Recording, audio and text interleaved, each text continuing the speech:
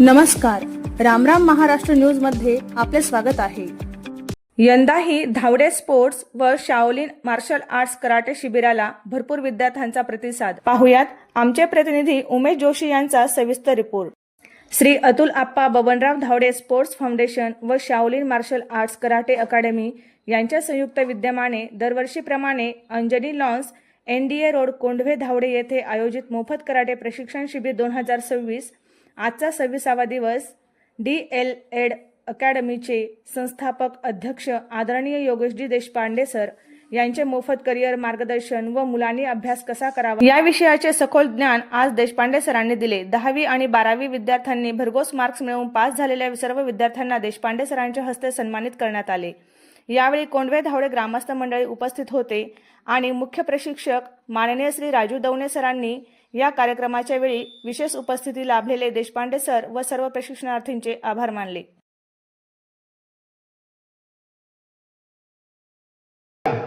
शाबाश, फार उंच नाही मारले तरी चालेल, उडी मारायची फक्त आपल्याला। चला चला चला, पाय बदला पाय बदला पाय बदला पाय बदला, काय हरकत नाही काय हरकत नाही। कम ऑन मारत राहा। चांगली असेल तर मी त्या फील्ड मध्ये नक्की उतरायला पाहिजे, नाहीतर मग मी स्वतःला अपग्रेड करायला पाहिजे। स्किल्स काय असतं मिळवता येतात, त्यामुळे स्किल्सवर काम केलं तरी होऊ शकतं, लक्षात घ्या। कळतंय का? तेवढी जिद्द ठेवून तेवढी मेहनत करायला पाहिजे मग स्किल वाढवण्यासाठी। सगळ्यांना क्लिअर आहे? सो पहिली गोष्ट स्वतःला ओळखा। दुसरी गोष्ट, जे काही तुम्ही ओळखलंय तुमचे पर्याय निवडा। काय करा? पर्याय शोधा। काय करायचंय? दुसरी गोष्ट, पर्याय शोधा। काय करा? कशाच्या भोवती? तुमच्या जे काही व्यक्तिमत्व आहे, तुमच्यात जे टॅलेंट आहे त्याच्या भोवतीचे काय करा? पर्याय शोधा। त्याच्या भोवतीचे काय करा? पर्याय शोधा। पर्याय का नाही निवडला? कारण त्याच्या भोवती कारण की तो कोंबडींच्या पिल्लांसंग मोठा झालेला। Very good. कारण तो कोंबडींच्या पिल्लांबरोबर मोठा झाला होता, त्यामुळे ते जसं करतात तो तसंच करतो। त्याला स्वतःबद्दल माहितीच नव्हती, त्याला माहितीच नव्हतं की त्याच्यामध्ये काय टॅलेंट आहे, तो कोण आहे हेच त्याला माहिती नव्हतं। तो कोण आहे त्याला माहितीच नव्हतं, त्यामुळे तो तसंच जगला आणि तसाच मेला। असं आवडीचे पर्याय निवडा। आपल्या आवडीचे पर्याय, आवडीचे म्हणजे नुसतं आवडीचे नको आहेत, त्याच्यामध्ये आपले काय पाहिजे? स्किल। नाहीतर मला गायक व्हायचंय आणि माझा साच लागत नाही, तर तुम्ही काही गायक होऊ शकणार नाही। त्यामुळे आधी त्याची रियाज करा, प्रॅक्टिस करा, खूप प्रॅक्टिस करावी लागेल। जर तुमचा आवाजच नसेल, नॅचरल, काही लोकांकडे टॅलेंट असतं, काही नसतं, तरी पण ते बनवू शकतात, पण त्याला खूप मेहनत करावी लागते। सो दुसरं काय आहे? पर्याय निवडा। काय करा? पर्याय निवडा। तिसरं, योग्य पर्याय सिलेक्ट करा। योग्य पर्याय सिलेक्ट करा। त्यात सगळ्या पर्यायांमधून योग्य पर्याय काय करायचा आहे? सिलेक्ट करायचा आहे। चौथं काय करणार?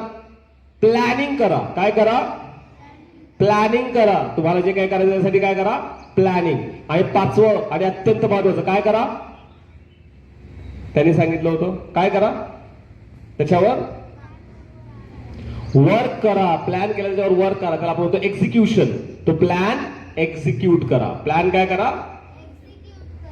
सो ओके, आता मी हे जे सांगितलं याच्यामध्ये आता अभ्यासाबद्दल मी खूप कमी बोललो, तर अभ्यासाबद्दल मी थोडासा 5 मिनिटात सांगतो, जास्त वेळ न घेता। तुम्ही जेव्हा अभ्यास करता तेव्हा एक टेक्निक आहे, त्याला म्हणतात पोमोडोरो टेक्निक। पोमोडोरो टेक्निक तुम्ही वापरून अभ्यास करू शकता। पोमोडोरो टेक्निक काय असतं? नाही, आता मोबाईलमुळे तर ती जी लिमिट आहे ही कमी कमी होत चालली। रील्स बघणं पहिलं थांबवा। रील्समुळे तुमच्या मेंदूची ती क्षमता 50 मिनिटावरून 50 सेकंदावर आली आहे। म्हणजे कधी कधी तर 50 सेकंद सुद्धा तुम्ही एक रील सुद्धा पाहत नाही। एक रील थोडी झाली की तुम्ही स्क्रोल करता। याच्याने तुमच्या मेंदूची कॉन्सन्ट्रेशन क्षमता कमी होतीये। रील्स पाहू नका। लॉंग व्हिडिओ पाहू शकत असाल, लॉंग व्हिडिओ पहा, 30 मिनिटाचे 50 मिनिटाचे व्हिडिओ पाहत असाल, ते पण नॉलेजेबल असायला पाहिजेत, काहीतरी उगीच फालतू पाहत बसू नका, ते ठीक आहे, पण स्क्रोल करत बसू नका। नुसतं जेव्हा तुम्ही स्क्रोल करताना तुमचा मेंदू जो आहे ह्याची क्षमता कमी होत चालली आहे। त्यामुळे लहान मुलांना आणि त्यांच्या पालकांना विशेष मी सांगेन, तुमच्या मुलांना जर तुम्हाला व्हिडिओ द्यायचे असतील तर कमीत कमी 30 मिनिटाचा 15 मिनिटाचा तरी व्हिडिओ द्या। त्याच्यापेक्षा लहान व्हिडिओ अजिबात त्यांना पाहू देऊ नका। ते पाहिल्याने त्यांची कॉन्सन्ट्रेशन क्षमता कमी होते। सो आता आपल्याला वाढवायची आहे, बरोबर की नाही? आपल्याला काय करावं लागेल? फर्स्ट थिंग, ज्याचं कॉन्सन्ट्रेशनच होत नाही, अशा आल्यावर त्याला शांत 5 मिनिटं बसवा एका ठिकाणी, एक खोल श्वास घ्यायला लावा आणि मगच अभ्यासाला बसवा. कारण की त्याची एनर्जी खूप आहे. तो एनर्जेटिक मूल जर ते बसलं ना तसं, तर त्याचं कॉन्सन्ट्रेशन होणार नाही आणि त्याचा अभ्यास होणार नाही. ठीक आहे, पहिलं खेळायला पाहिजे, पूर्ण एनर्जी निघून जायला पाहिजे, मगच तुमचं कॉन्सन्ट्रेशन होणार आहे, तोपर्यंत कॉन्सन्ट्रेशन होणार नाही. दुसरं, अभ्यास करताना 20 मिनिट मन लावून अभ्यास करायचंय, लक्षपूर्ण आपला अभ्यासाकडे पाहिजे. अभ्यासाकडे म्हणजे जे काही करताय, अभ्यास is not only about reading, writing हा तर अभ्यास नाहीच आहे, अंडरस्टँडिंग आहे. वाचता प्रत्येक वेळी मेहनत करून पण यश मिळणार असं नाही. तुम्ही म्हणाल सर यश मिळणारच नसेल तर कशाला मेहनत करायची, असं नसतं. जेव्हा तुम्ही मेहनत करता, मनापासून मेहनत करता, तेव्हा यश हमखास मिळतं. पण तुम्हाला हवं ते मिळतं असं नाही.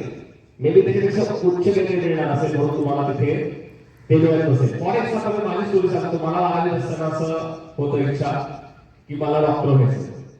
मी सीईटी दिली. लोक काय म्हणतात हे महत्वाचं आहे की तुम्ही स्वतःला ओळखायचंय. सो पहिली गोष्ट आपल्याला काय करावी लागते, जर तुम्हाला आयुष्यात पुढे जायचं असेल तर पहिली गोष्ट काय करावी लागते, सगळ्यांनी मोठ्याने म्हणायचंय स्वतःला ओळखा. काय करायचं? तुम्ही म्हणाल सर काय सांगता, आम्ही ओळखत नाही स्वतःला. माझं नाव, तुझं नाव काय बाळ? हा, माझं नाव वेद आहे, मला माहिती आहे मी वेद आहे.